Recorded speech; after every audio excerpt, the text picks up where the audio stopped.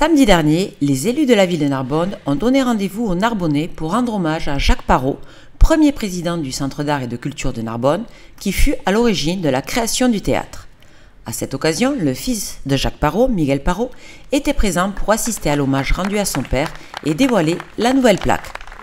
Il était très sensibilisé aux questions d'art en général, de culture, mais comme je le dirai tout à l'heure, et pour reprendre un slogan qui a été utilisé il y a peu, il était fanatique de la culture pour tous. C'est-à-dire qu'il ne souhaitait pas une culture élitiste, une culture où on paye cher des places, où on s'habille, où on est très chic, etc.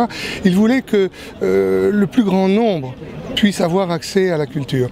Et c'est pour ça qu'il a eu ce souhait de créer le Centre d'art et de culture à Narbonne. L'émotion que j'ai de me retrouver ici aujourd'hui et que la mémoire de mon père soit à nouveau commémorée. C'est un grand jour puisqu'on rend hommage à un grand homme, si je puis dire, quelqu'un qui a dirigé, qui a contribué à l'essor, à l'évolution de ce théâtre scène nationale. Un théâtre, il faut le rappeler, c'est aujourd'hui encore une fois on renoue avec l'histoire.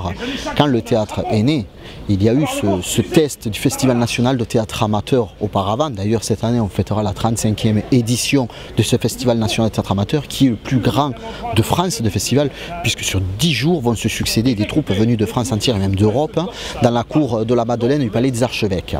Cette histoire, c'est un homme visionnaire qui l'a créé.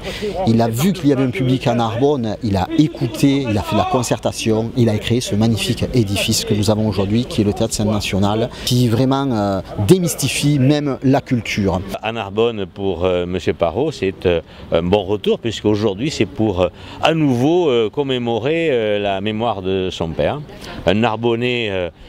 Puisque c'est en se mariant avec votre maman qu'il est devenu Narbonnais, un Narbonnais adoré par tout le monde et qui a beaucoup marqué son passage et sa présence à Narbonne, dans la mesure où il y a eu certes le théâtre, mais beaucoup d'autres actions, de pouvoir commémorer la mémoire de votre père.